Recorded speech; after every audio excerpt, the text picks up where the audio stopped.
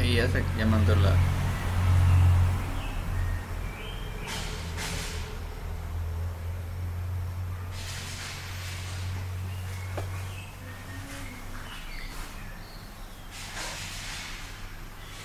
Dios me les bendiga, mis hermanos. Una vez más, por la gracia del Señor, en esta tarde que nos permite compartir un nuevo mensaje. Y siempre pues haciendo un llamado en estos tiempos finales para que nosotros procuremos la verdad o tomar en serio la vida cristiana y considerar realmente a Dios en nuestra vida.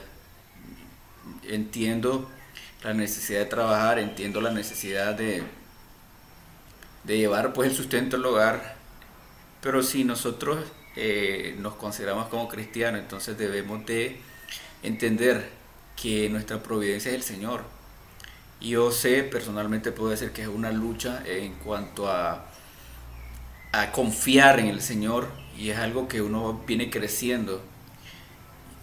Y esto pues a través de cada circunstancia que el Señor nos mete, porque al fin y al cabo es pulirnos para la gloria suya. Y entonces es necesario que desarrollemos esa confianza y que cada día tratemos de empaparnos más en el conocimiento de su palabra. Entonces en esta tarde, mis hermanos, Dios les bendiga a todos. Quiero compartir, siguiendo una secuencia de enseñanza en cuanto a esta doctrina conocida como esta posición en cuanto a la soteriología, en cuanto a la salvación, conocida como el provisionismo. Mencionábamos en la primera parte, ¿no?, de esta serie sobre lo que es el provisionismo, y de hecho ellos le dan cierto poder místico al Evangelio. Consideran que la fe no es el don de Dios, sino que el hombre de alguna manera posee esa fe para poder responder al llamado del Evangelio. No es el arminianismo como tal, es más como semipelagianismo, porque consideran de alguna manera que el hombre tiene, aunque le llaman que el Evangelio es la provisión, pero de alguna manera le dan cierta categoría de influencia en cuanto a la salvación al hombre mismo. Y entonces, desde ahí, pues, a la luz de la Escritura, a la luz de las doctrinas de la gracia, sabemos que tenemos un grave problema en cuanto a esta enseñanza. Y sistematizadamente esta doctrina, pues, no es antigua, es reciente.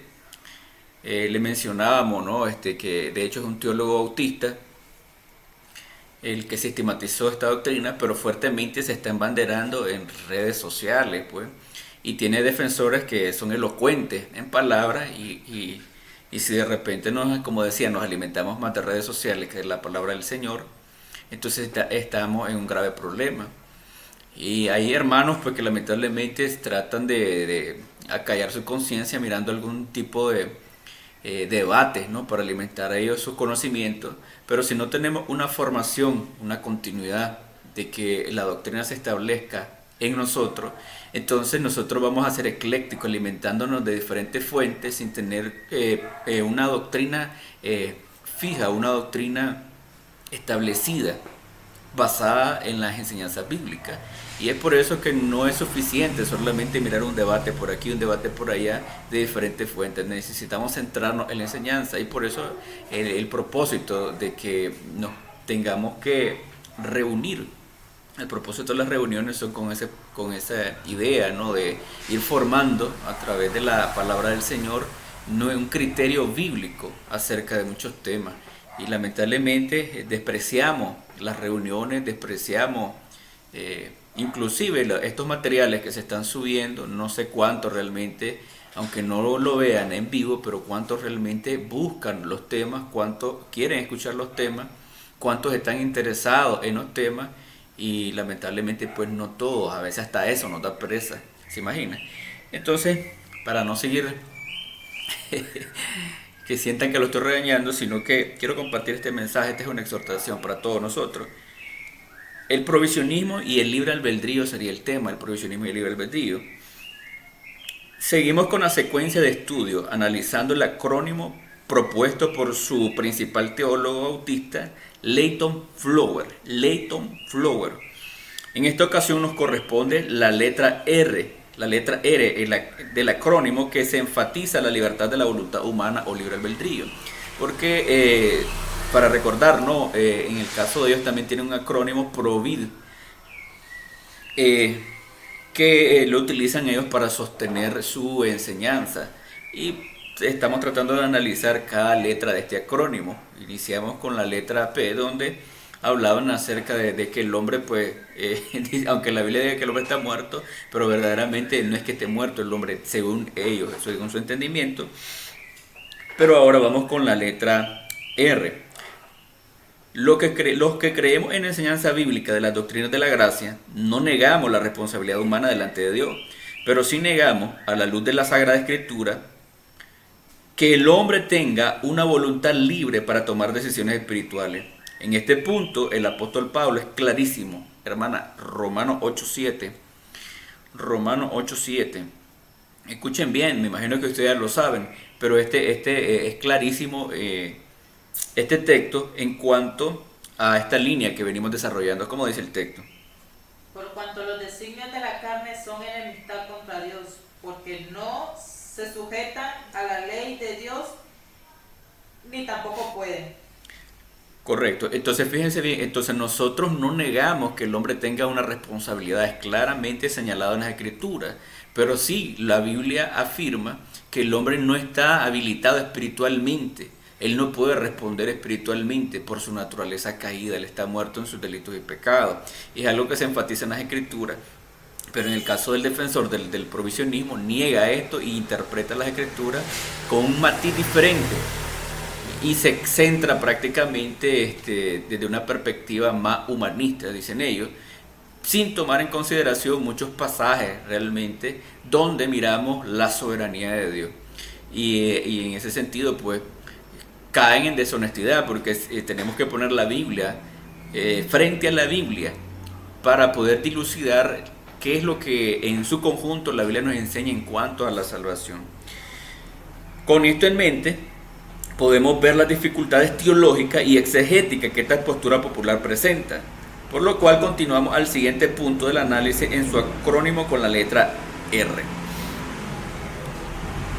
Entonces, todo en esta cláusula, en esta letra del acrónimo, ellos desarrollan este pensamiento: todos son responsables y capaces de responder al llamado de Dios. Todos son responsables y capaces de responder al llamado de Dios. Iniciamos con la tesis del provisionismo desde esta perspectiva. La letra R del acrónimo PROVIDE representa la responsabilidad del ser humano basada en su capacidad de elegir entre el bien y el mal, una vez que alcanza una madurez moral. Según esta postura, el libre albedrío es un don natural que le permite al ser humano responder positiva o negativamente al Evangelio de Cristo. Si esta capacidad no existiera, argumentan, carecería de sentido el llamado divino al arrepentimiento y la condenación del pecador. Entonces, esta es la tesis general de ellos. Ellos consideran que sí, el hombre tiene una responsabilidad, y cuando llega a cierta mayoría de edad, cuando hay madurez de la conciencia, entonces ellos pueden decidir entre el bien y el mal, porque si no es así, este es el argumento, entonces ¿cómo Dios puede juzgar? ¿Cómo Dios puede acusar? ¿Cómo Dios puede responsabilizar al hombre si el hombre no tiene libertad, no tiene libertad de acción? ¿Cómo puede llamarlo al arrepentimiento? Entonces el evangelio no tendría sentido a menos que tengan un libre albedrío. Este es la tesis general del provisionismo. Un segundo argumento que ellos presentan es el argumento moral y teológico. Los defensores del provisionismo sostienen que si Dios juzga, condena o se enoja con el ser humano por su pecado, esto implica necesariamente que la persona posee capacidad de decisión. De lo contrario, sería injusto responsabilizar al ser humano y se correría en el riesgo de atribuir a Dios la autoría del pecado, algo incompatible con su carácter santo. Si ustedes se fijan, la línea que se viene trazando es de meramente humanista, moralista, y de hecho humanamente pues tiene cierto sentido. porque si esto se expone delante de una audiencia, pues con ciertos valores morales y ciertos conceptos filosóficos y humanos, entonces como decimos, le va a hacer clip a la gente porque lo perciben o lo analizan desde la perspectiva lógica humana.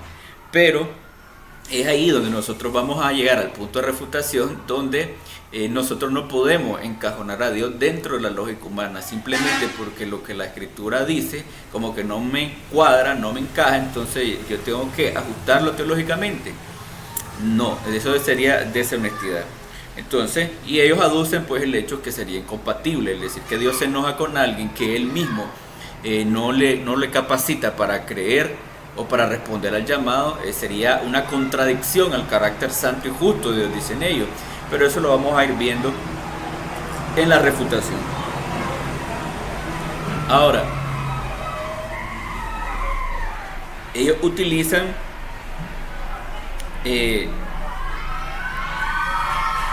obviamente algunos textos, algunos pasajes para sustentar esta enseñanza, obviamente para presentarlo con ese perfil bíblico. Pero vamos a revisar algunos pasajes, se los voy a mencionar, pero solo vamos a estudiar por factor tiempo un pasaje, unos cuantos pasajes. Josué 24:15.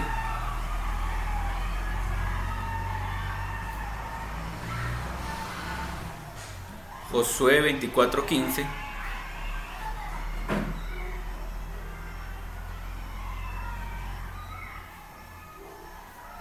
Y si mal os parece servir a Jehová, escogeos hoy a quién sirváis, si a los dioses a quienes sirvieron vuestros padres cuando estuvieron al otro lado del río, o a los dioses de los amorreos en cuya tierra habitáis, pero yo y mi casa serviremos a Jehová. Entonces, este texto de Josué 24:15, el texto de Deuteronomio 30:15 al 19, el texto de Proverbios 1:24, ¿no? Todos estos pasajes donde enfatizan el acto de elegir o de tomar una elección. En el caso, más adelante vamos a ver, pero ustedes deben manejar el contexto de Josué 24:15, donde confronta a Josué al pueblo y le dice, a ver, elijan a quién van a servir. Mi casa y yo serviremos a Jehová, y miramos la elección. Entonces esta palabra escoger la enfatizan para señalar el acto de la libertad humana a la hora de escoger un bien espiritual. Pero vamos a ver en su contexto si realmente esto es así, meramente es así. Como le digo, esto claramente señalan la libertad o mejor dicho, la responsabilidad humana delante de Dios. El hombre tiene responsabilidad delante de Dios y eso no lo negamos ni nos lo niega la Escritura, pero vamos a ver que el hombre en su naturaleza caída, él no tiene libertad espiritual para acercarse a Dios por sus propios medios. Y es aquí donde entonces tenemos la diferencia en cuanto al provisionismo.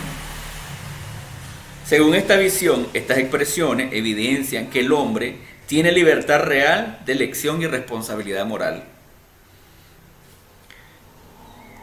En el caso del Nuevo Testamento, ellos destacan estos textos donde Dios llama universalmente al arrepentimiento. Uno de ellos es Hechos 17:30, hermana, me lo puede buscar. Hechos 17:30.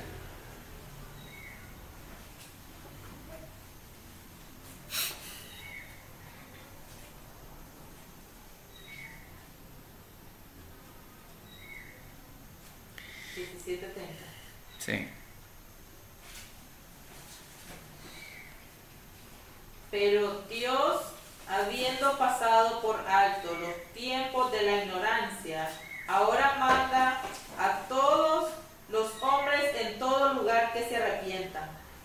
Entonces, aquí miramos, dicen ellos, una oferta o un llamamiento universal al arrepentimiento. Y es sí y no. Vamos a ver por qué. En el caso de Hebreos 3:15, si oyereis hoy su voz, no endurezcáis vuestros corazones. Juan 5:40, y no queréis venir a mí para que tengáis vida. Mateo 23:37, ¿cuántas veces quise llamarlo como la gallina llama a su polluelo y ustedes no quisieron? Entonces todos estos pasajes se embanderan para sostener la idea de un libre albedrío, porque al fin y al cabo este es el punto que se quiere sostener, el libre albedrío,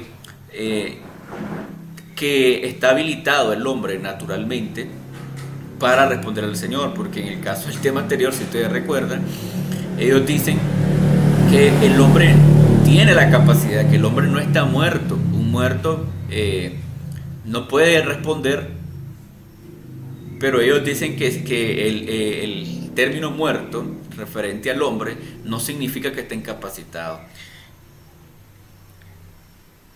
También en el caso del apoyo, ¿no?, que ellos tienen, que buscan en las escrituras, también ellos se apoyan en lo que es la patrística y la historia. Cuando hablamos de patrística, hablamos, digamos, de los estudios o comentarios de los, digamos así, padres de la iglesia, los que se conocen como padres de la iglesia, como Irineo, como Tertuliano, todos estos hombres que se consideran como padres de la iglesia, se apela a la autoridad de ellos para sustentar esta enseñanza, se apela, digamos, a la antigüedad de cierta enseñanza para sustentar esta enseñanza como autoritaria, como verdadera. Pero vamos a ver realmente en la refutación qué es lo que la Biblia enseña al respecto. Dentro de la conclusión de la postura probacionista, textos como 2 de Pedro 3:15, Salmos 10:4, Isaías 1:18 al 20, Juan 7:17 y otros se interpretan como evidencia de que el problema del ser humano no es su incapacidad, sino su voluntad rebelde.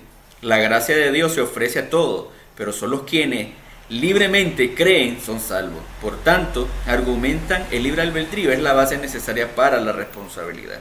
Entonces, estos pasajes los pueden analizar, los pueden buscar, y de hecho sí hablan acerca de la responsabilidad humana, pero nada que ver con el hecho de una libertad absoluta, un libre albedrío para buscar a Dios por los propios méritos o de alguna manera ayudar a Dios con la fe para nuestra salvación, aduciendo pues que el Evangelio es el que de alguna manera, con cierto misticismo, tiene ese poder para transmitir la fe. A la luz de lo expuesto por los defensores del provisionismo respecto al libre albedrío como la facultad natural del ser humano, procedemos a evaluar esta postura a partir del testimonio autoritativo de las Escrituras. Génesis 6:5, ¿me va buscando, hermana? Génesis 6:5.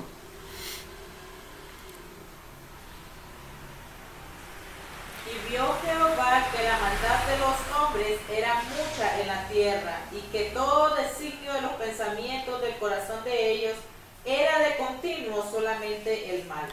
El defensor del provisionismo crea un muñeco de paja de las doctrinas de la gracia, aduciendo que quitamos toda responsabilidad al hombre y por implicación hacemos de Dios el culpable de lo que es el hombre. Pero esta falacia es refutada por las Escrituras. De hecho, ellos aducen pues que nosotros le quitamos toda responsabilidad al hombre y le echamos la culpa a Dios. Y lamentablemente hoy en redes sociales pues se hacen memes cristianos donde se trata de caricaturizar lo que son las doctrinas de la gracia, lamentablemente mirando pues la arrogancia y la altivez de este tipo de defensores sin darse la tarea con seriedad, ¿no?, de examinar las Escrituras, solamente porque están promoviendo un tipo de postura y quieren que tome fuerza dentro del mundo cristiano. Pero la Escritura refuta esta falacia, ¿no?, del muñeco de paja, creando conceptos que la palabra del Señor no enseña o que la doctrina de la gracia tampoco enseña. El hombre es responsable delante de Dios, pues el hombre es un agente libre en términos de voluntad natural, pero esta libre voluntad está condicionada moralmente por su naturaleza caída. Una vez más, Génesis 6:5 nos dice, y vio en esta versión, y vio Adonai Elohim que la maldad del hombre había sido multiplicada en la tierra, y su corazón maquinaba de continuo solamente al mal. Su corazón maquinaba de continuo solamente al mal. Recuerdan el contexto, ¿no?, de juicio, del diluvio.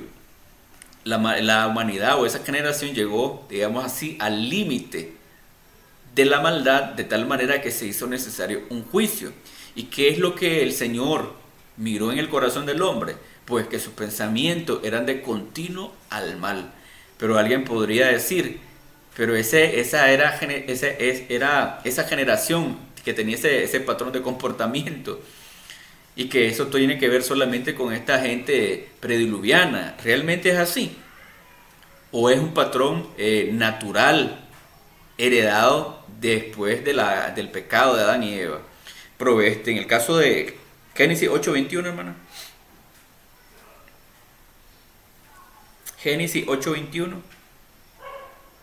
Y percibió Jehová olor grato, y dijo Jehová en su corazón: no volveré más a maldecir la tierra por causa del hombre, porque el intento del corazón del hombre es malo desde su juventud, ni volveré más a destruir todo ser viviente como he hecho.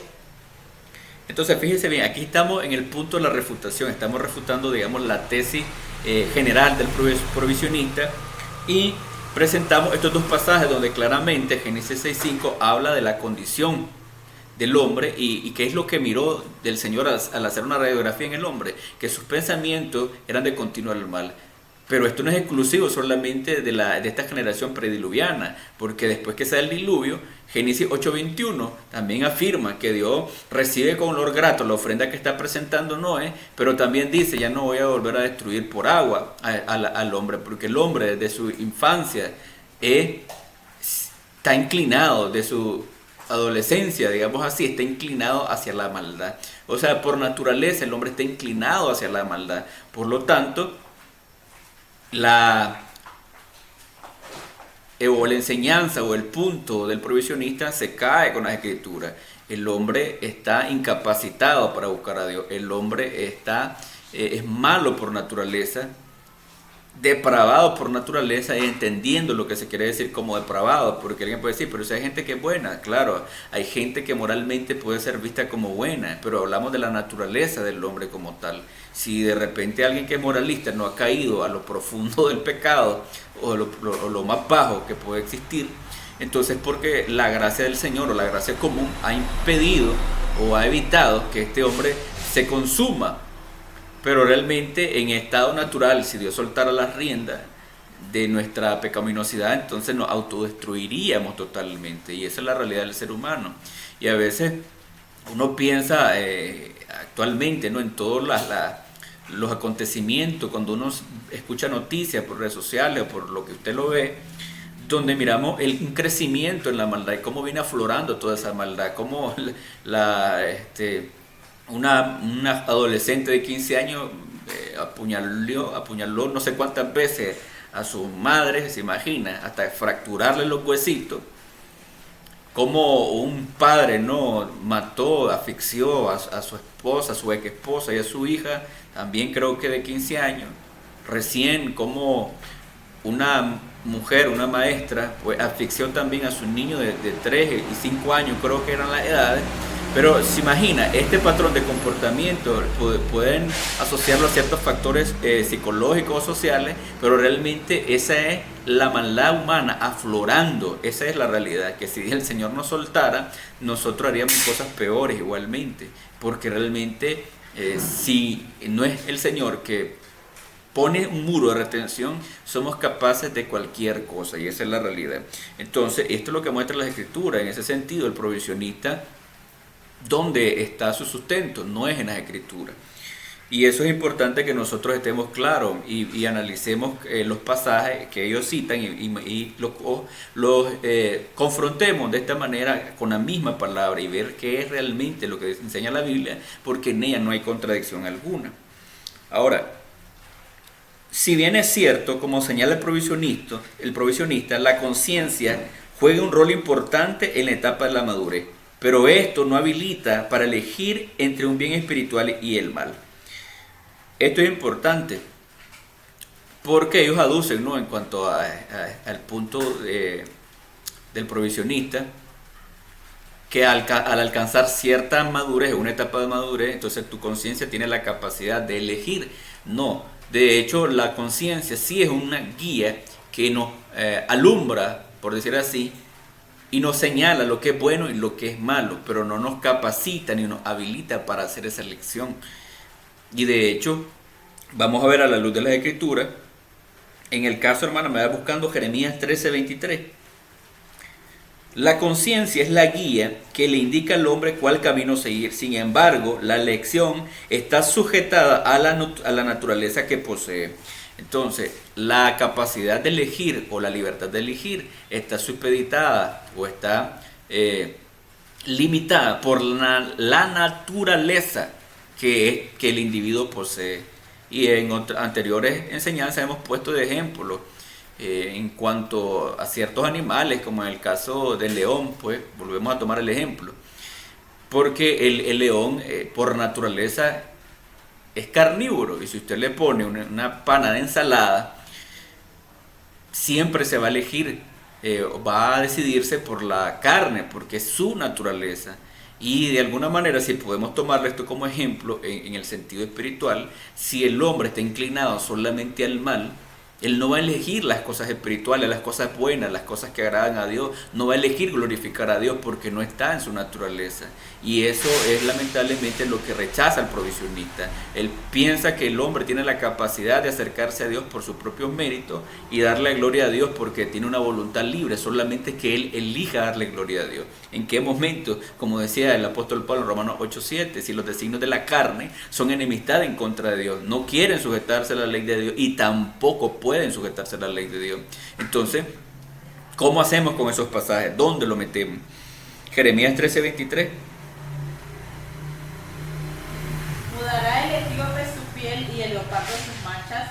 Así también podréis vosotros hacer bien estando habituados a hacer el mal. ¿Cambiará el etíope su piel o sus manchas el leopardo? Así también vosotros podréis hacer lo bueno estando habituados a hacer lo malo. Ustedes pueden leer el contexto de Jeremías, pero ¿qué es lo que está diciendo y está señalando? A los judíos rebeldes, ustedes pueden hacer el bien cuando están habituados a hacer el mal. Y pone el ejemplo para comparar esta analogía, y dice: ¿podrá el etíope, el negrito, cambiar su piel? ¿Podrá cambiarla de color? ¿Podrá el leopardo cambiar sus manchas? Si esa es su naturaleza, no la puede cambiar naturalmente, porque esa es su naturaleza. Igualmente ustedes, judíos, rebeldes, apóstatas, no pueden cambiar o no pueden hacer cosas buenas porque están habituados a hacer el mal. Y así esta es la naturaleza del hombre, no puede hacer cosas buenas, agradables delante de Dios. Inclusive aquellas cosas buenas que el hombre puede hacer, siempre están manchadas de pecado. Y por eso cuando hablamos en términos de depravación total, no estamos diciendo que el hombre hace todo lo que su naturaleza le impulsa a hacer o es capaz de hacer en su naturaleza, sino que realmente hablamos de la condición del hombre como tal. En su capacidad él puede hacer todas estas cosas, pero no hace todas las cosas que él es capaz de hacer por la gracia del Señor.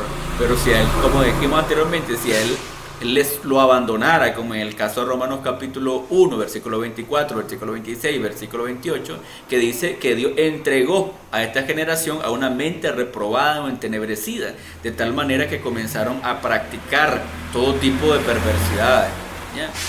Entonces, eso es importante que nosotros lo tengamos en mente cuando escuchemos esta disertación del provisionista, que aparentemente ser contundentemente bíblico, pero realmente si analizamos a la luz de la Escritura nos damos cuenta que la Biblia es clara en cuanto a la condición del ser humano.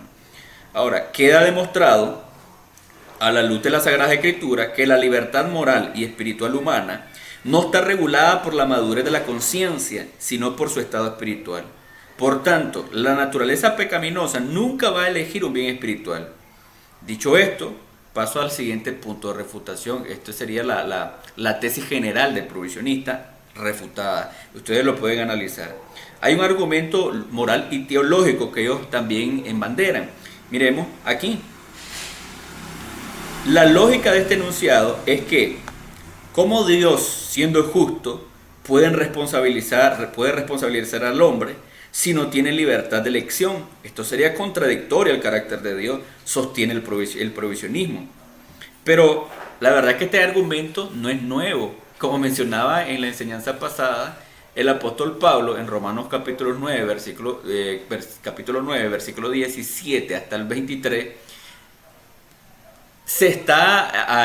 presenta, digamos así, un argumento en contra de un opositor imaginario, que este opositor tiene las características del provisionista, porque miremos el versículo 17, hermana, de Romanos 9, 17 y 19, para que miremos estas características, que es porque básicamente que es el argumento que sostiene el provisionista, y déjame ustedes si no es cierto. 17 al 19. Sí. Porque la escritura dice Faraón entonces. Sí, correcto. Porque la escritura dice a Faraón: para esto mismo te he levantado, para mostrar en ti mi poder y para que mi nombre sea anunciado por toda la tierra. De manera que de quien quiere tiene misericordia y al que quiere endurecer, endurece. Pero me dirás: ¿por qué pues inculpa? ¿Por qué? ¿Quién ha resistido a su voluntad? Correcto. Entonces, si ustedes escuchan bien esto, es la misma argumentación del provisionista, sí o no. El provisionista está diciendo cómo él puede, si el hombre no tiene libertad, entonces cómo el Señor lo puede acusar. Es el mismo razonamiento. O sea que el apóstol Pablo ya está defendiendo la sana enseñanza con posibles opositores, o ese pensamiento ya estaba corriendo. Él se adelanta a este pensamiento y es la respuesta que le vamos a dar también al provisionista. Ellos pueden aducir que en el caso del pasaje, según el contexto, está hablando de una manera general, de una manera nacional acerca del pueblo, pero el pueblo se forma por individuos y hace referencia a individuos, eso es lo que está hablando. Entonces, la única manera de votar el argumento bíblico es torciendo los pasajes o alegorizándole o dándole otro matiz que no tiene realmente, pero el pasaje es contundente en cuanto a la soberanía de Dios. Entonces, la pregunta es la misma. El provisionista tiene la misma línea de pensamiento de este oponente. Entonces, el Señor tiene misericordia de quien quiere tener misericordia, endurece a quien quiere endurecer. ¿Y dónde está la libertad del hombre? Ahora, el defensor de esta postura tendría problema en explicar el crimen más pecaminoso de la historia, la muerte de Jesús, porque aunque el relato bíblico señala actores humanos actuando en su maldad, la escritura afirma que estos hicieron la voluntad de Dios. ¿Cómo hace el provisionista entonces cuando habla acerca de la libertad humana y que no es compatible con la naturaleza santa de Dios? ¿Cómo explica esto? Porque si buscamos Hechos 2.23 y Hechos 4.27 al 28, ¿qué se nos narra ahí? Se nos dice que los gentiles, los judíos, llevaron y confabularon con Cristo para darle muerte. Pero ¿qué dicen los textos? Que ellos hicieron la voluntad de Dios.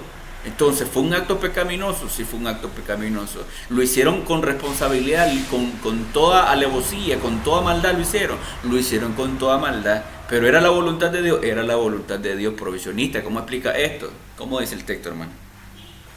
Hechos 2.23.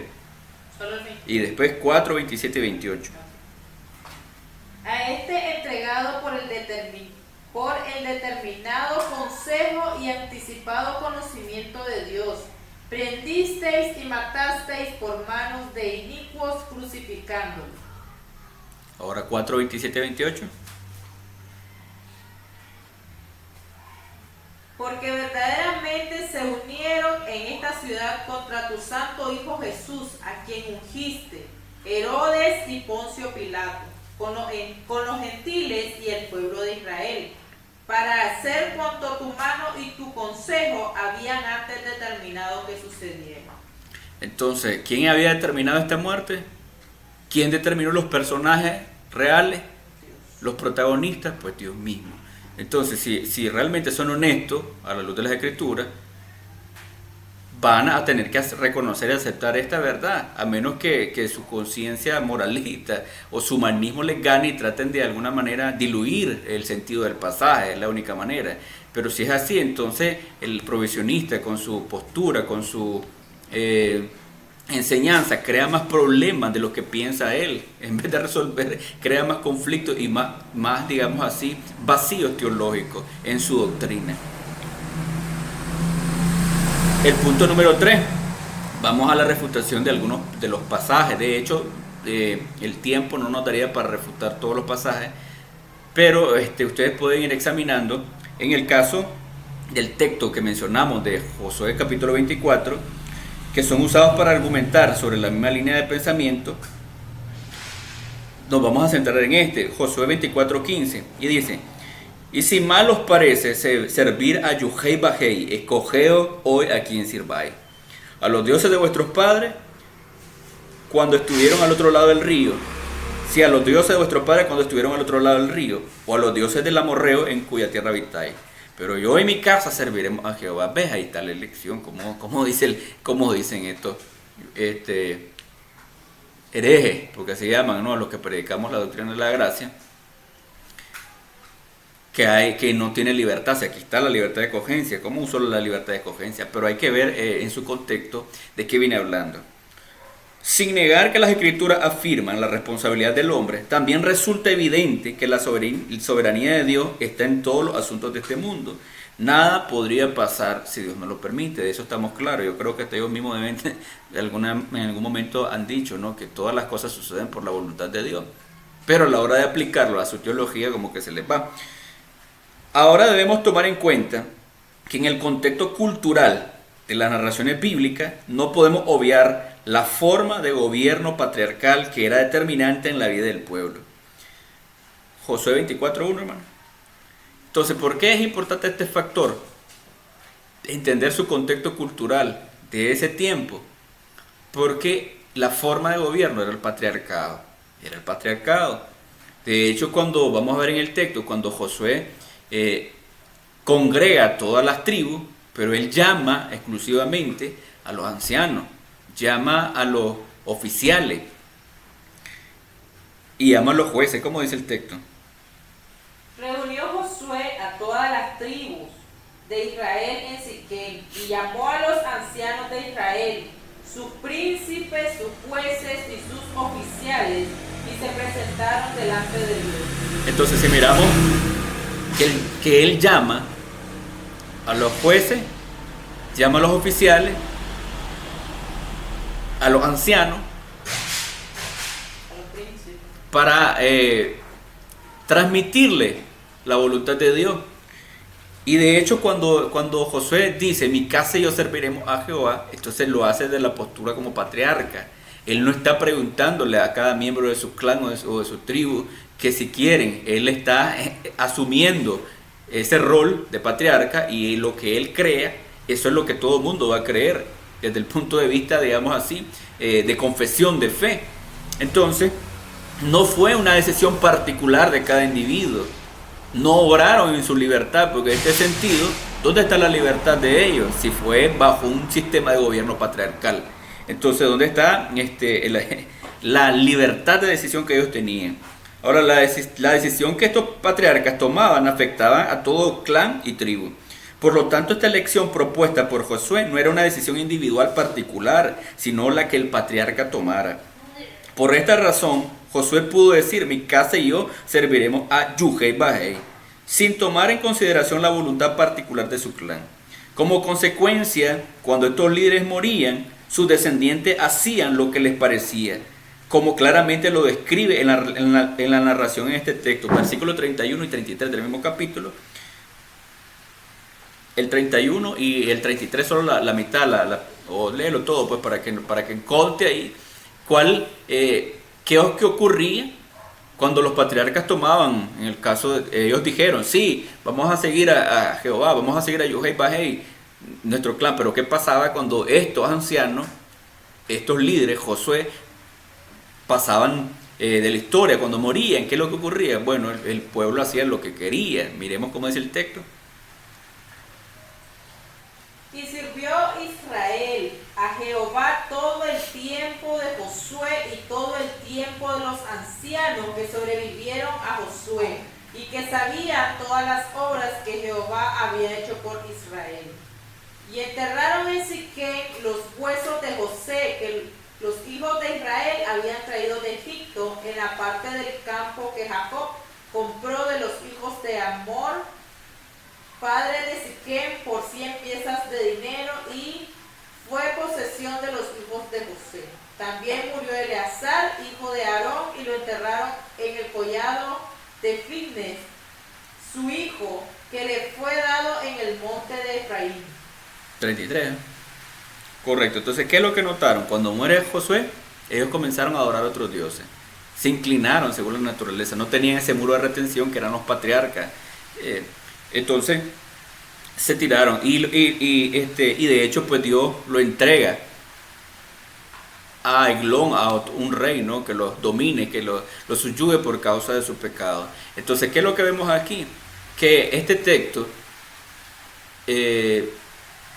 para poder probar una libertad de escogencia, de hecho no le es útil al provisionista, porque en todo caso la elección de adorar a Dios o servirle a Dios la toma el patriarca, no la tomó individualmente cada individuo, valga la redundancia. ¿Y qué es lo que vemos? Que cuando estos patriarcas que servían de freno, que servían de muro de retención, entonces ellos desataron sus deseos, comenzaron a aflorar los sentimientos que ellos tenían, a aflorar sus deseos. ¿Y cuáles eran sus deseos? Bueno, eran pecaminosos. Y así podemos ver toda la historia del pueblo de Israel, siempre rebelde. Dios lo llamaba, sí, al arrepentimiento, sí, pero su naturaleza a dónde los inclinaba, y eso es la condición del hombre. Igual pasa con el caso de cuando Moisés en Deuteronomio capítulo 30, 15 al 19, puso el pueblo en esta situación, y aunque los patriarcas se comprometieron a servirle al Señor y obedecer su naturaleza rebelde, se comprometieron a servirle al Señor y obedecer su naturaleza rebelde, continuamente los arrastraba a la rebelión. A través de toda la historia de Israel podemos ver que el factor común fue la desobediencia abierta a la ley de Dios. Si bien es cierto, el Señor siempre tuvo un remanente, pero ¿quién marcaba la diferencia? Porque siempre hubo un remanente en el pueblo, pero ¿acaso estas personas eran mejores que el resto? ¿Tenían una naturaleza diferente que el resto? ¿Quién marcaba la diferencia entonces? Pues quien marcaba la diferencia era Dios mismo, el que marcaba la diferencia. Y eso es importante que lo entendamos. Si Dios tiene un remanente y alguien responde al llamado, pues simplemente es porque Dios así lo ha determinado, lo ha elegido, y esa es la realidad. Es claro entonces que el factor determinante nunca ha sido la libertad humana, sino la elección de Dios. Por lo tanto, ninguno de estos pasajes sugiere que el hombre tiene una libertad que traspasa la voluntad soberana de Dios. En todo caso, ¿dónde está su libre albedrío en la adoración si lo que adoraban era un Dios impuesto? Hablando en este sentido, lo que ellos adoraban en el caso del pueblo era el Dios que el patriarca decidía, y esa era la realidad. Ellos no adoraban al Dios de la Escritura, al Dios que los sacó de Egipto de manera devota, digamos así, de manera natural, deseoso. Simplemente ellos se apegaban a la autoridad máxima, que en ese sentido era el patriarca. Entonces, ¿dónde estaba su libertad de adoración? No tenían libertad de adoración. Ahora, esto demuestra que la aparente libertad expresada en estos textos debe interpretarse bajo la soberanía de Dios y la realidad de una voluntad humana inclinada a la rebelión.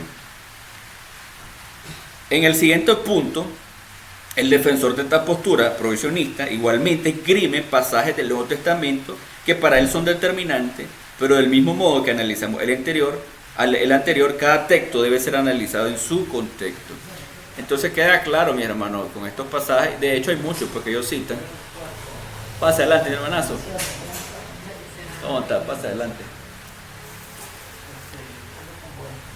Entonces ustedes pueden ver que aunque estos pasajes claramente no negamos, como digo, que esto señalan la responsabilidad humana, pero esta responsabilidad humana nunca hace referencia a una libertad absoluta de la voluntad del hombre. No existe esa libertad absoluta de la voluntad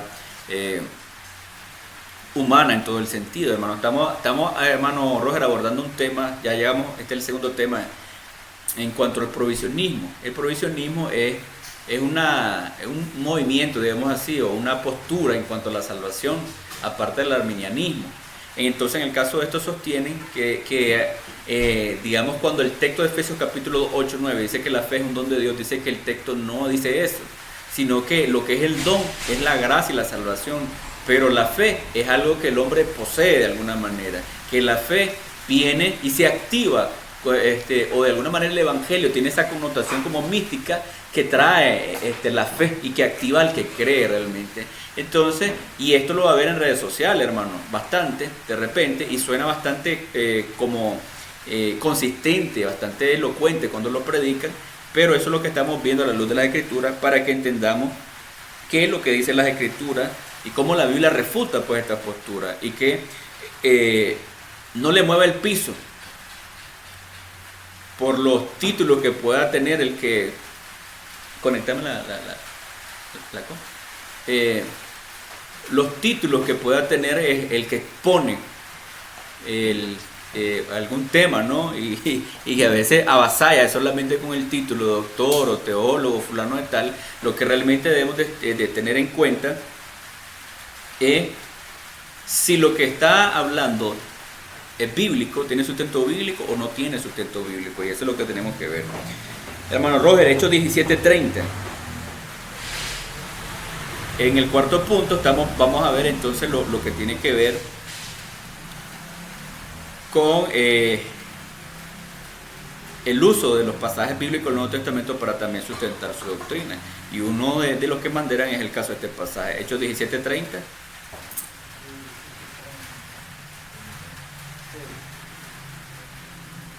En la antigüedad Dios pasó por alto la ignorancia de la gente acerca de estas cosas, pero ahora Él manda que todo el mundo en todas partes se arrepienta de sus pecados y vuelva a Él. Correcto, entonces claro, suena lógico, ¿no? El argumento del prohibicionista, y él dice, ¿cómo puede Dios llamar al arrepentimiento si el hombre no tiene libertad? ¿Cómo Dios manda hacer al pecador lo que no puede? ¿Se imagina? Y suena lógico, hermano, ese argumento, pues ¿cómo Dios puede mandar a hacer desde la postura de la doctrina de la gracia? Porque decimos que el hombre está muerto, ¿cómo Dios puede llamar a alguien al arrepentimiento si no puede? Está muerto, dicen ellos. No tiene lógica y tratan de caricaturizar la doctrina de la depravación total, pero... vamos a ver a la luz de las Escrituras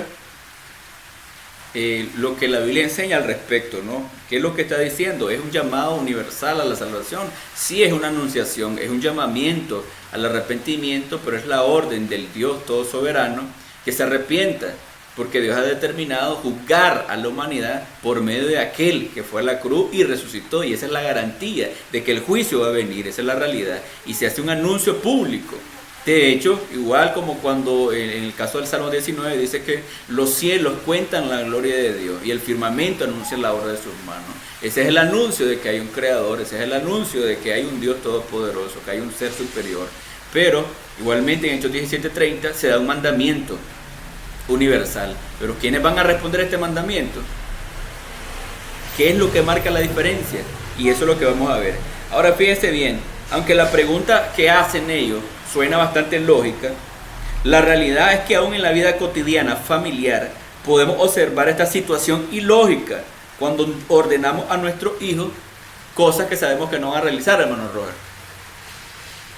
A veces, por lo menos, uno mira el desarrollo de los hijos, no, pero de repente usted le da órdenes que sabe que no va a obedecer, pero se la tenés que dar o no se la tenés que dar, porque tiene que ser formado, tiene que aprender a obedecer y de alguna manera lo forjamos o forzamos a la obediencia, pero nosotros le ordenamos cosas a los chavalos que sabemos que no van a cumplir, y esa es la condición de la naturaleza humana, esa es la realidad realmente. A veces cuando mi hija, ¿no? A veces escribe cartita a mi hija, y me escribe una cartita, ¿no? Cuando estaba mal creada, y dice ella, hermano, ahí la tengo, y dice, papito, dice, perdóname, yo quiero cambiar, dice, no quiero ser malcriada, pero yo intento y no puedo, dice ella, y yo entiendo que es su naturaleza, que a mí debe corregirlo, y se me viene pues la doctrina, esa es la realidad, pues, y esa es la lucha que ella tiene, ¿no? En querer obedecer, pero hay algo en su naturaleza que no le permite, pues, y la verdad es que esa es la realidad de todo ser humano. Esa es la realidad, esa es la lucha de todo ser humano. que, o alguno de ustedes obedece perfectamente a Dios. No es una lucha constante por tratar de obedecer a Dios. Necesitamos obedecerle, ese es el mandato del Señor. Pero nosotros, a diferencia del hombre que es naturalmente caído, nosotros estamos habilitados, hermano Roger, por la gracia de nuestro Señor Jesucristo para obedecer a Dios. Si no obedecemos o no nos esforzamos por obedecer, es porque nosotros fallamos en cuanto a comunión con el Señor. Y cada día se nos hace difícil obedecer a Dios. Pero si nosotros estuviéramos en sintonía, entonces la decisión sería más fácil de obedecer al Señor, basado en esta habilitación que el Señor nos ha hecho. Pero ¿de dónde va a sacar esa fuerza, ese poder, digamos, el hombre caído, que está esclavizado al pecado? No puede de alguna manera decir voy a obedecer a Dios. Y algunos piensan y confunden la regeneración con simple reforma. Porque algunos dicen, no, si yo me propongo y tengo fuerza de voluntad, cambio esto y aquello, también lo puede hacer, pero esa es una reforma solamente. No hay un cambio interior, hermano, de naturaleza. ¿Se imagina? No es algo que es provocado por el Señor, sino que Él se propuso hacer ciertos cambios morales, no por agradar a Dios, sino porque de alguna manera le estaba perjudicando lo que estaba haciendo, pero Él nunca está pensando en Dios, por agradar a Dios, por glorificar a Dios. Él lo está haciendo para Él mismo, para su beneficio. Entonces realmente no es algo que Dios lo ha producido en Él. Pero cuando hay un cambio genuino de parte del Señor, hay un cambio de naturaleza totalmente. Nuestra vocación de vida cambia, y eso es lo que la Biblia enseña. Tal como los padres revelan el corazón rebelde del hijo al darle una instrucción que sabe que desobedecerá, así también el mandamiento divino evidencia la condición caída del hombre, dejando claro que no hay excusa. Romanos 1:20, hermano. Ya vamos al pasaje, pues para lo que se están diciendo, vean, nunca explicó el pasaje, hermano, ya vamos al pasaje, de Hechos 17:30. Romanos 1:20. Pues desde la creación del mundo todos han visto los cielos y la tierra por medio de todo lo que Dios hizo. Ellos pueden ver a simple vista las cualidades invisibles de Dios, su poder eterno y su naturaleza divina. Así que no tienen ninguna excusa para no conocer a Dios. Así es. No tienen ninguna excusa para no conocer a Dios, esa es la realidad, hermano. Entonces, aunque el hombre, digamos, está naturalmente caído, pero la evidencia o la revelación general de Dios ahí está. El Evangelio se está anunciando, la orden de que se arrepientan ahí está, pero realmente, ¿quién es el que puede acceder o obedecer o rendirse al Señor? Y eso es lo que estamos viendo aquí. Ahora, en el contexto de este versículo, hablando de Hechos 17:30, el apóstol Pablo está frente a los filósofos atenienses, estoicos y epicúreos, proclamando al único Dios verdadero en la persona de Jesús ante una sociedad politeísta. Este es el contexto. En su disertación, Pablo recurre a su conocimiento de la literatura griega, citando a dos de sus grandes exponentes, Epimínides en el versículo 26 y Arato en el versículo 28. Hermana Diana, búscame Hechos 17, versículo 26 y 28. De hecho, el apóstol Pablo era un hombre que entró, digamos, a la cuna de la filosofía griega, a exponer a estos filósofos epicúreos y los estoicos en la Europa, exponiendo con sabiduría el conocimiento de Dios, del verdadero Dios, y conociendo la cultura griega, siendo un hombre con conocimiento profundo, con sabiduría, él hace uso de ciertos estudios o ciertas ideas o pensamientos, hermano Roger, que tenían los grandes eminencias, que para ellos eran una eminencia, estos grandes filósofos, Epimínides y Arato, como dice el texto 26 y 28. Y de una sangre ha hecho todo el linaje de los hombres, para que habiten sobre toda la faz de la tierra, y les ha prefijado el orden de los tiempos y los límites de su habitación. Porque en él vivimos y nos movemos y somos, como algunos de nuestros propios poetas también han dicho, porque linaje suyo somos. ¿Se imagina? Esta parte, hermano, el apóstol Pablo conoce estos hombres, o estos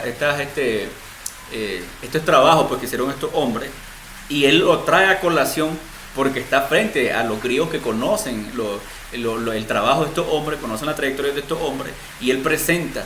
¿Y qué es lo que hablan ellos acerca de su deidad? En el caso de Arato habla de Zeus, y de hecho el panteón que está viendo Pablo, el panteón es donde están todos los dioses, porque él ve y mira en fila, digamos, todos los dioses, y al final mira uno que dice al Dios no conocido.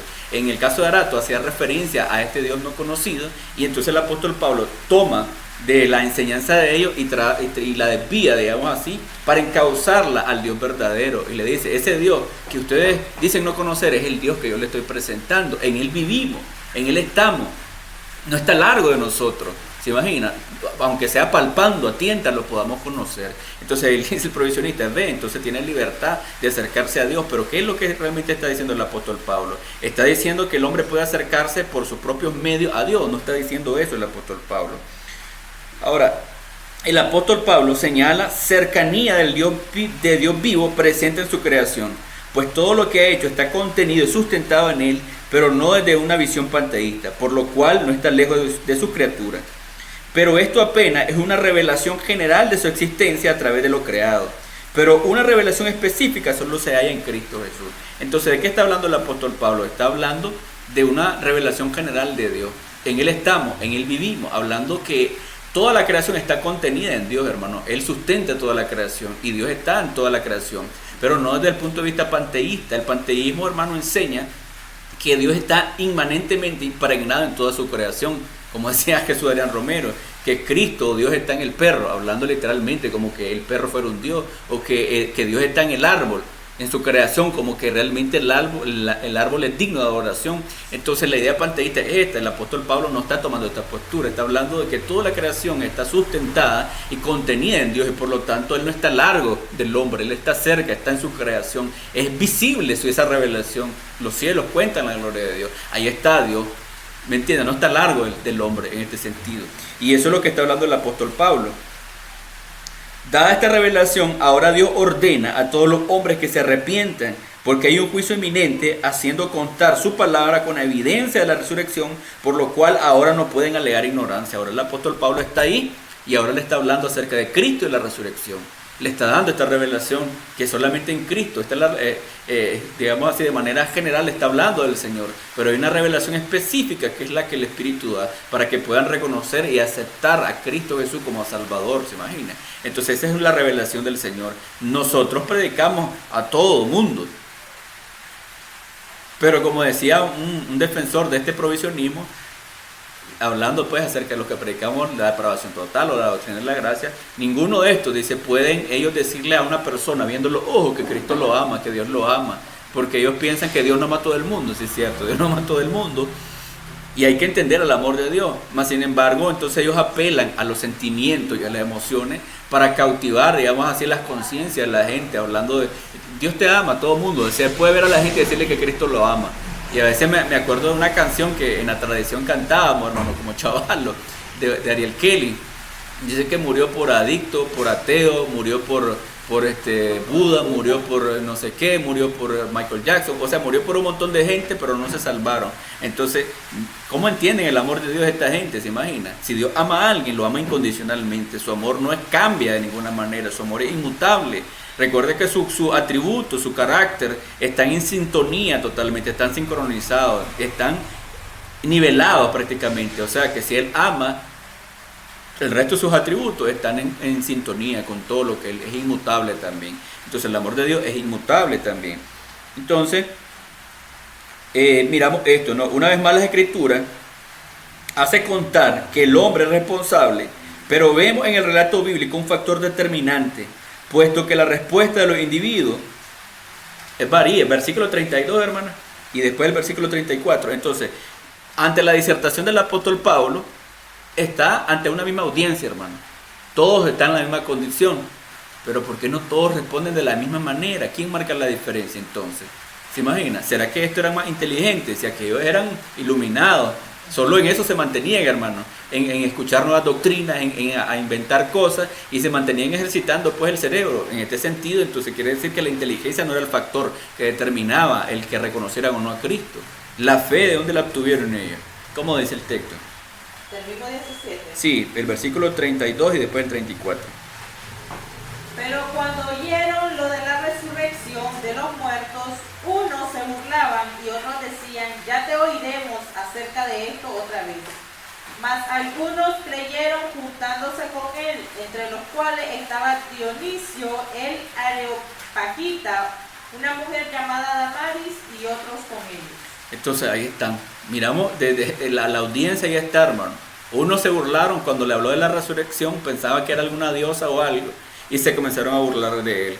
Y los otros reconocieron el mensaje, aceptaron el mensaje. ¿Qué marcó la diferencia? Su libre albedrío. Realmente era su libre albedrío, porque si realmente le estás presentando un mensaje, le presentás acerca del juicio, hermano, le presentás la salvación, el escape en Cristo Jesús. Si realmente tenés la libertad, ¿cómo no te decidís por lo bueno? Si sabes que esto es lo bueno. Porque realmente no hay fe en el hombre.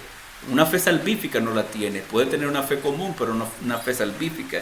Y realmente lo que marca siempre la diferencia es Dios.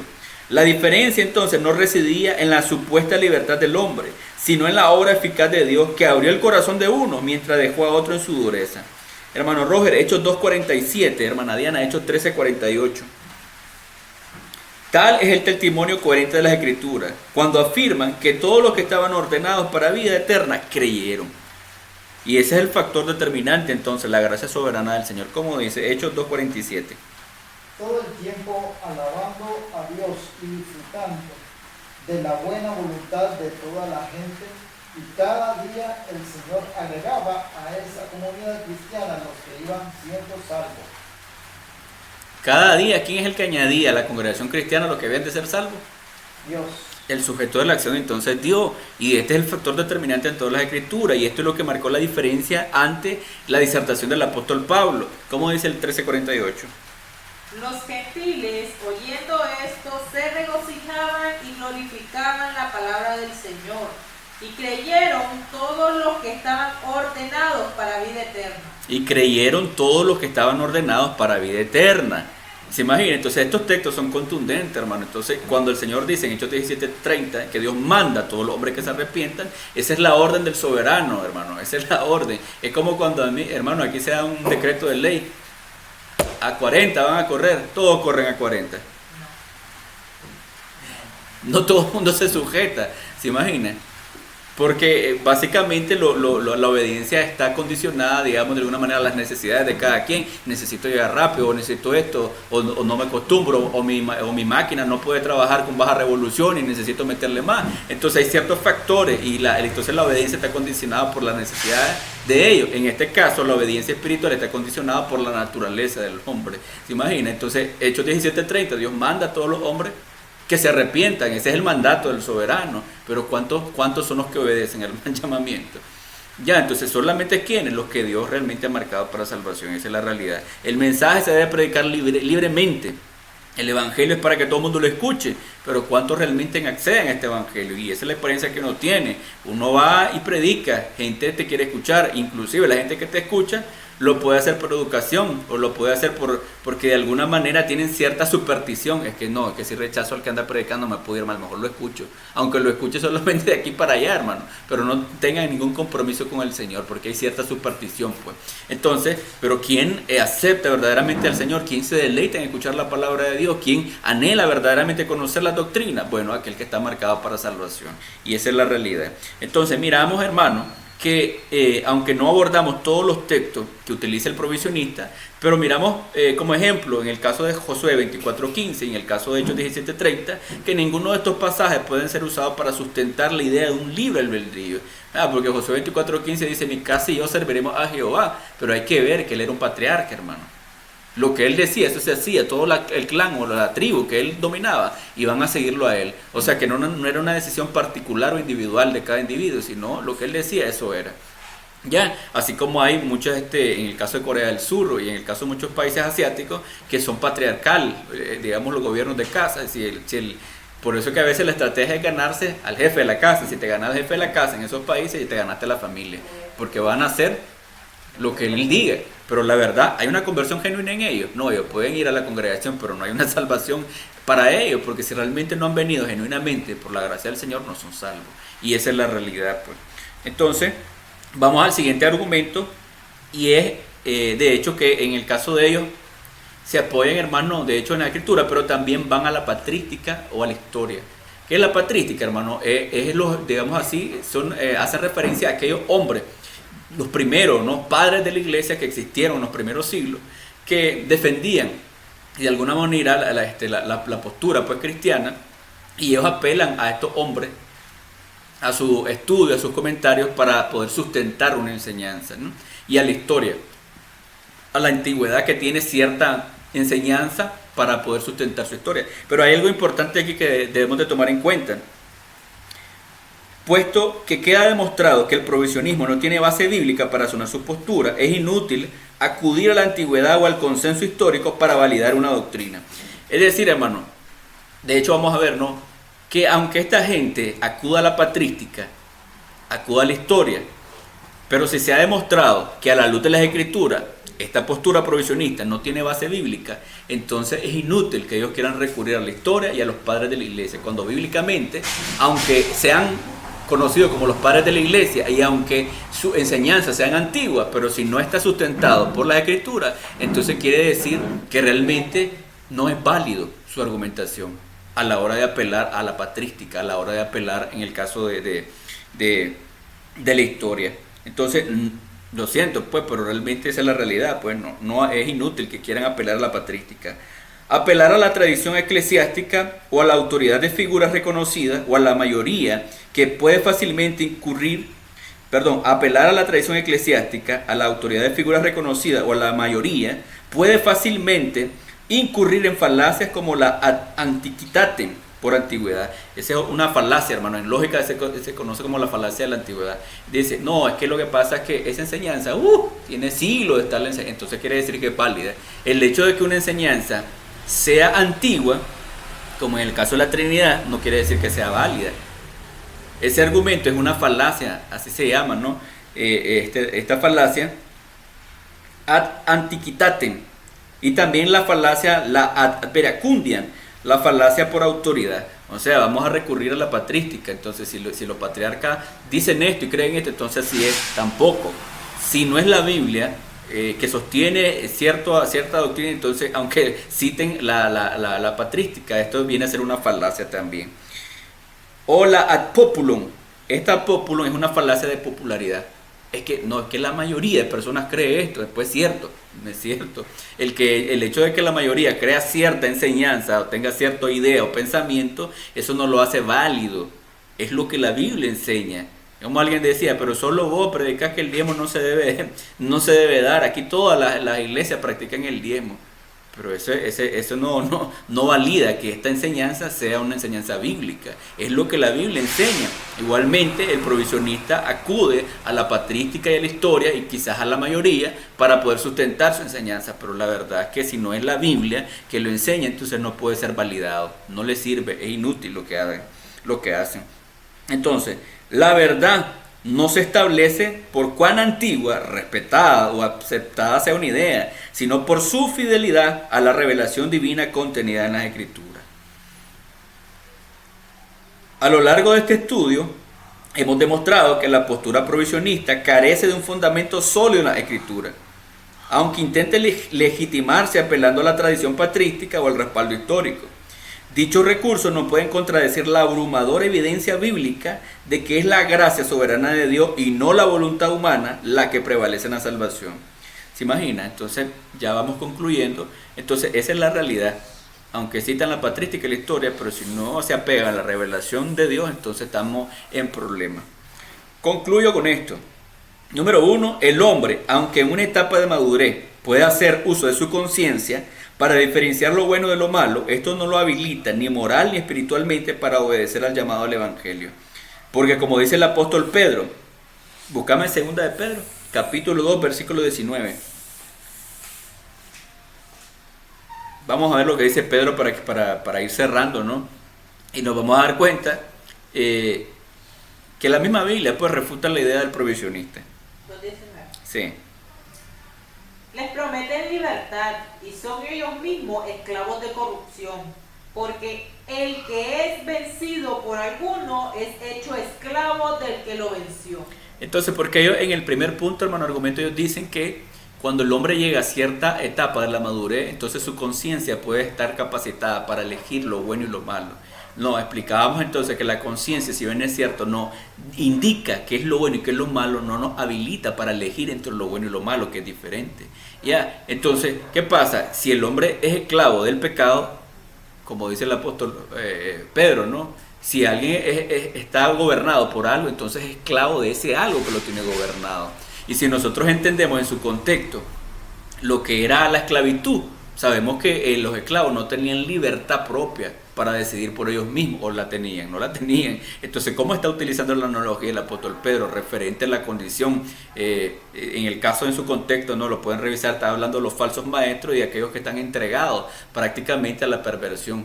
¿Se imagina? Entonces, no hay base bíblica para sostener el provisionismo. Número 2, aunque la responsabilidad humana está presente en las Escrituras, también lo está la voluntad soberana de Dios. Y ambas corren paralelamente. No comprendemos del todo cómo se intersecan en el misterio divino, pero sabemos que es su voluntad lo que finalmente se cumple en este mundo, hermano. Hermano Roger, ¿es real que el hombre es responsable? Sí, el hombre es responsable delante de Dios. ¿Me entiendes? Pero también encontramos paralelamente la soberanía divina, cómo Dios ordena todas las cosas. No entendemos cómo Dios hace para, digamos, que se intersecten esos dos paralelos, para que se unan, cómo funciona ese misterio, pero ahí están las Escrituras y a eso nos atenemos. Porque una vez más, volviendo al ejemplo, ¿no?, de la muerte de Cristo, estos hombres fueron responsables de llevar a la muerte de Cristo, ¿sí o no? Fueron responsables, lo hicieron con gusto, con alevosía, con maldad, lo hicieron con su naturaleza pecaminosa. Pero ¿era la voluntad de Dios, sí o no? Era la voluntad de Dios. Entonces, ¿qué hacemos? Está la libertad del hombre o la responsabilidad del hombre, pero también miramos el decreto del Señor operando. Y así es en todos los asuntos de esta vida. No lo entendemos. No podemos explicarlo. Ni el apóstol Pablo trató de explicar, hermano, en Romanos capítulo 9, de buscar, hacer una rebusca teológica para dar una explicación de tal manera que el oponente quedara satisfecho. No, pues sí, ya me convenciste. No, simplemente, ¿quién eres tú para contender con el hacedor? ¿Acaso le puede decir el vaso de barro, ¿por qué me hacías así o por qué me hacías así? Entonces, miramos a la luz de la Escritura, que ahí está. Sí, se habla de la responsabilidad humana, sí, pero también se habla de la soberanía de Dios, y esa es la realidad. Y eso es lo que miramos ahí en la Escritura. Y lo que miramos es que la voluntad de Dios es lo que se cumple siempre al final. 3. Los textos citados por el provisionista fueron examinados en su contexto, al menos aquellos que resultaban más pertinentes por los fines de esta argumentación. Y vemos claramente que las inclinaciones de los hombres son de continuo siempre al mal. Entonces, todos los pasajes que nosotros miramos que las inclinaciones del hombre son de continuo al mal. Entonces, inclusive, hermano, pues, antes que usted viniera, cuando mi casa iba a serviremos a Jehová, y todos los jueces y todos los patriarcas dijeron, vamos a servir al Señor. Cuando esta gente se murió, que eran los muros de retención, todo el mundo después hizo lo que ellos querían. O sea que en su corazón ellos no querían seguir las leyes de Dios, querían volverse a otros dioses y adorarlos. Esa era la realidad. Entonces, en toda la historia de la Biblia miramos al pueblo de Israel, que aunque se le pone esa disyuntiva, decide, ¿qué crees, la vida o la muerte? Escoge la vida. ¿Pero qué escogía el pueblo siempre? La muerte, rebelarse. Entonces, mirás la condición del ser humano, ahí esa es la realidad. Por esta razón concluimos que aunque no entendemos todos los misterios de Dios, no podemos hacer ajustes teológicos para que nuestra lógica quede satisfecha, sino apegarnos a la revelación bíblica. Y este es el problema del provisionismo, tratar de introducir lo infinito en lo finito por medio de la lógica. Ese es el problema, hermano, con esta enseñanza. ¿Por qué? Porque realmente como no les cabe, digamos así, en la mente la soberanía de Dios, cómo Dios opera, tratan de dar una explicación que sea lógica para el pensamiento humano, y ahí es donde la están embarrando realmente. Entonces, aunque ustedes escuchen algunos expositores en redes sociales que suenen aparentemente muy elocuentes y muy contundentes bíblicamente hablando, entonces no se asusten por ello. Vayan a la Escritura y examinen realmente que esta es la doctrina bíblica. Así que, mis hermanos, esto ha sido la segunda parte, porque recuerden que estamos analizando el acrónimo Provide, que es el acrónimo que sostiene pues esta postura, y cada letra del acrónimo, entonces ellos le dan un significado. Entonces estamos viendo ahorita con la letra R, que es la segunda letra. Próximamente, Dios primero y Dios lo permite, pues vamos a seguir analizando este acrónimo para que ustedes sigan la secuencia. Cualquier pregunta ahí la pueden hacer en el camino. Dios me les bendiga. Bendiciones mis hermanos y Maranata.